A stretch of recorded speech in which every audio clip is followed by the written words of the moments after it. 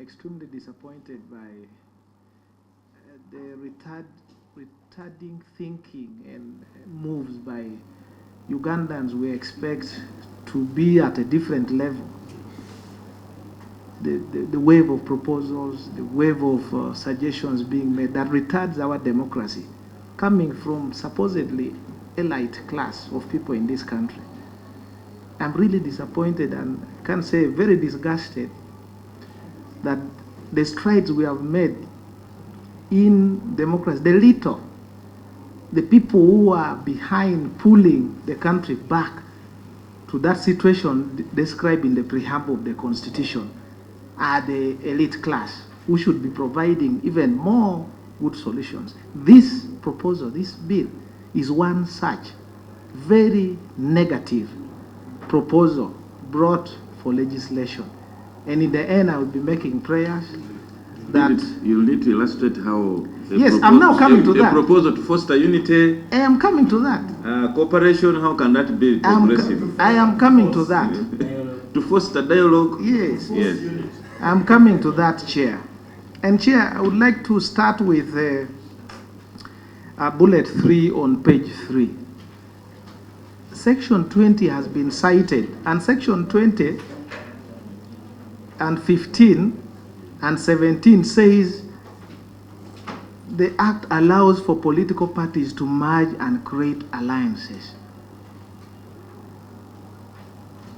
Alliances and mergers are voluntary in nature. It cannot be legislated upon. That is the spirit. It is here cited in the background. Alliances, political parties are voluntary.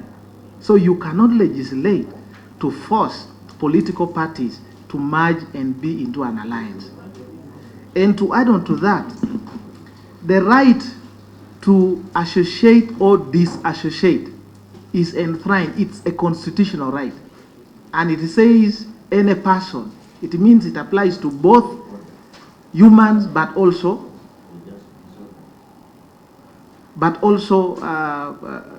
legal persons. So for you to come and say people must be forced into a round table to dialogue, people must be forced into a round table to associate, you are offending the Constitution right away, because that is a right that is inherent. I have a choice to do that. So I find the suggestion that that is the basis, that there is intolerance, that there is the other word is those words that are not even defined. They are not even clearly defined. What may be intolerance to you may not be intolerance to me. I'll give you a simple example. Recently, a live example. I saw our Deputy Speaker of Parliament in a function somewhere courteously exchanging pleasantries with the Honorable Robert Chagulanyi. And from the reactions from the public, some people interpreted it differently. They were intolerant to that gesture. For them, it was something else. It shouldn't happen that somebody in NRM high office should be seen with a member of opposition. And some people thought the gesture was good. So I am just submitting that the word intolerance is subjective. You cannot legislate over it because it goes into the roots of the feelings of a person. So you cannot put a law and say, I am forcing you to tolerate so and so. Some people even sneezing in public, they cannot stand it, and so many other things. So how do you define that? I could have used other words as well. Are you a woman with a small-scale business with a dream of growing it to another level? The GROW Project is here to support you in realizing your dream. The GROW Project is a government initiative implemented by the Ministry of Gender, Labour and Social Development and Private Sector Foundation Uganda with support from the World Bank. We support women-owned businesses across the country to gain hands-on and business management skills through training within your location, business financing through grants and affordable loans, and infrastructure in your area areas of operation to enable you to increase your productivity. If you have a business that makes sales of up to 800,000 Uganda shillings per month, the GROW project has the tools and resources to help you succeed. For more information, contact your district or city GROW focal person or call our toll-free line on 0800 307 777 to learn more about how you can benefit from the GROW project's services. The GROW project, empowering women economically, transforming communities. Is 6, which is going to touch on the organs. You want to create 2 organs. Do you know the financial implication of creating an organ into an institution? If you are going to propose to create 2 organs, there is a definite financial implication. And it is my submission further that there was a deliberate choice to allow the leadership be held by parties already in parliament, because those parties are already funded. They can finance the chairship, they can finance, there is a budget already allocated for that. So creation of an extra will have a financial implication. We shall examine that against the certificate.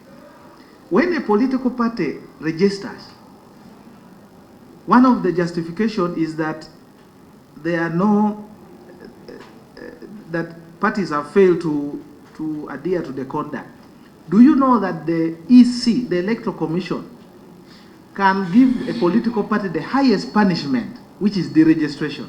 It is already in the law. The Electoral Commission, should there be any breach, if there was a breach by any political party, they are empowered under this act to deregister a political party. That, like to exterminate it. That is like a death sentence to a political, to kill it. It is authorized by law. So what other sanctions are you talking about? Are you saying the EC is not doing its work? Because if you read through, they are the ones who implement this law and they have all the powers. I would appreciate you are speaking to parliamentarians and you are one. You cannot say some political parties. List to us the political parties that exist in Uganda and point out, you mentioned to us which one. And I must now submit, because at some point, I know what happens in my political party. There is no political party represented in parliament that does not participate in National Consultative Forum. And you are here, you want to amend the National Consultative Forum, the same act. There is no political party. I stand to be corrected. But at least I have attended some. The ones, the 7 that are represented in parliament, all of them sit and participate in the National Consultative Forum. Why then should what I call an NGO, called iPod, an NGO started by the Dutch, and there is a background towards that. They were trying to achieve something.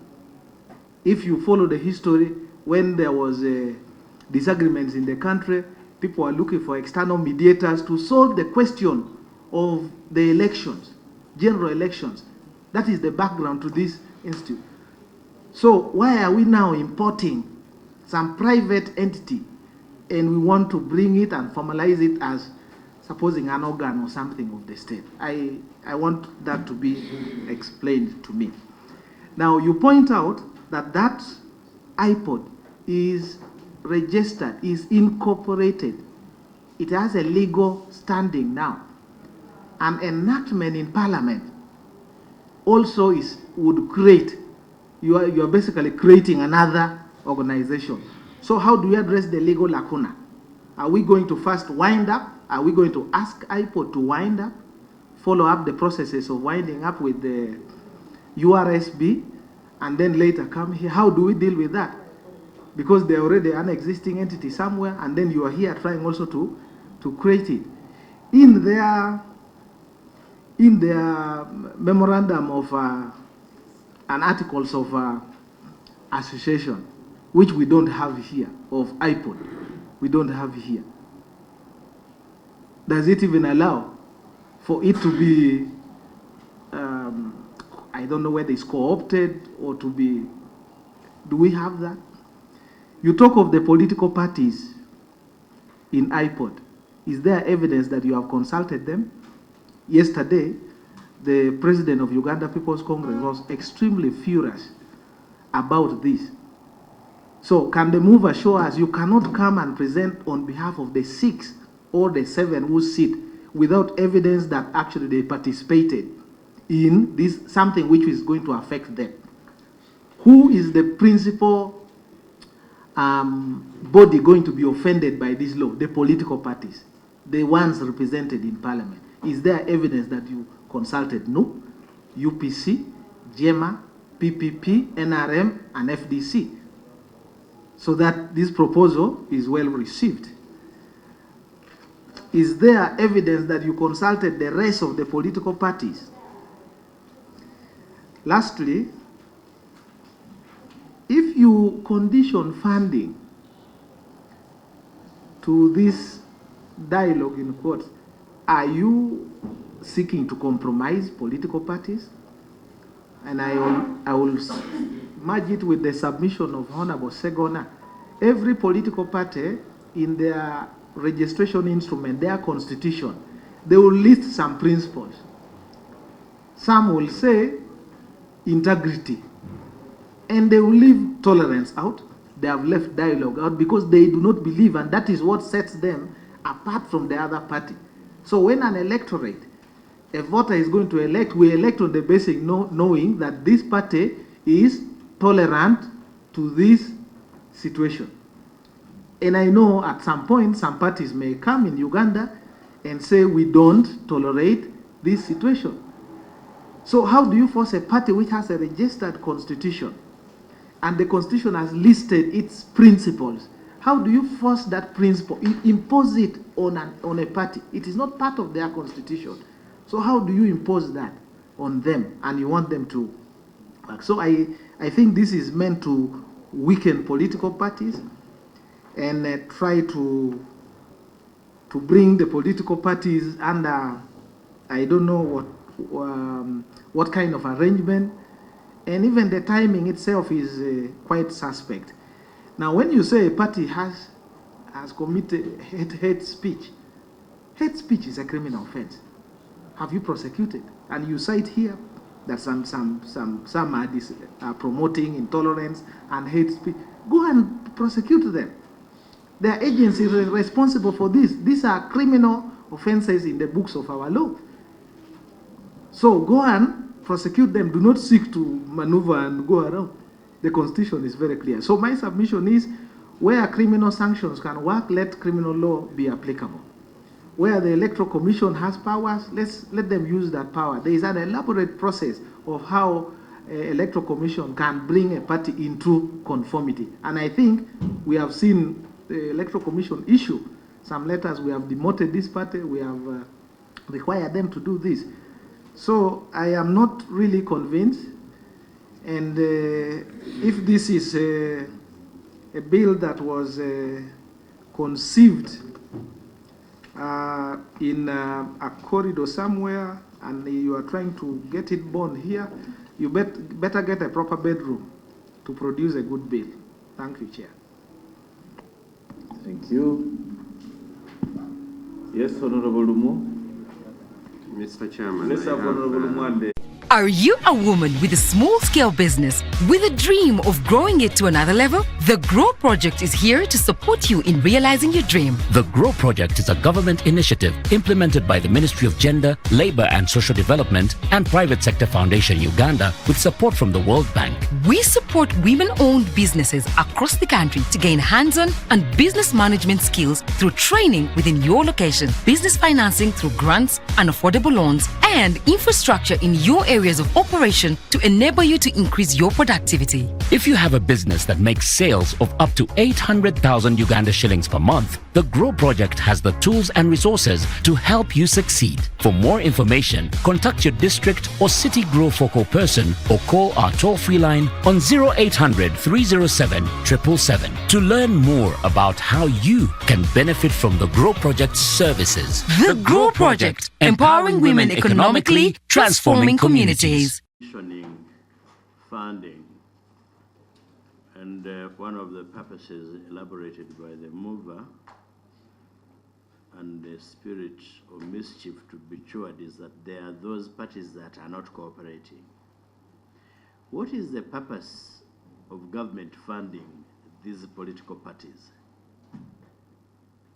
So much so that now you want to exclude those that do not, quote unquote, cooperate. In other words, do you want to use the statute to force cooperation, that people must cooperate by force? That if I choose I don't want to cooperate with you, I have not offended any other law because I don't believe in what you are doing. You deny me the right to be funded like other parties. In other words, you condition it. So you want to use your numerics to force cooperation. And that is what you call the code of conduct. 2, you said currently the code of conduct is not being observed. Is the problem with the existing law or non-enforcement, but by whoever is supposed to enforce the code of conduct? So in other words, the alliance must be coerced. The second, Mr. Chairman, the next question I want to ask about the leadership. Now, you have statutorily provided for the majority party, then the majority opposition party. From that one, you jump those that are in opposition but not majority. You go to those that are not represented. I thought the purpose of restricting was to discourage parties that, you know, briefcase parties, because we've had some in the country. Someone establishes a political party, whether it is still functioning, whether it has branches, whether it has membership or not, for you just bring it in the consultative forum and you give it leadership. Of course, I hesitate to say that some of them are actually a creature of one other big party. And so you give them the vice presidency for whatever reason. And if you make this statutory, supposing at some point the majority party, which is currently the NRM, does not want to cooperate, but you have made the leadership statutory. And 2, supposing the other day the second party in the opposition is not cooperating and therefore not party, who is going to be who to take up the leadership or that position where you have made the leadership statutory? You did mention that there are some parties which are not cooperating. I was itching to wait and waiting to hear you tell us which ones are those parties. No. Those that have precipitated your mind.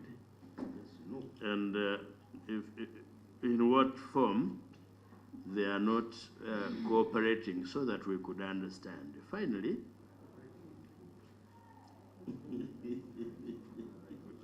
and then whether you define cooperation in your proposed bill. What do you do when a party or a member is not conforming to the code, especially where non-cooperation is not codified or is not a requirement of your code? Finally, who is your sponsor?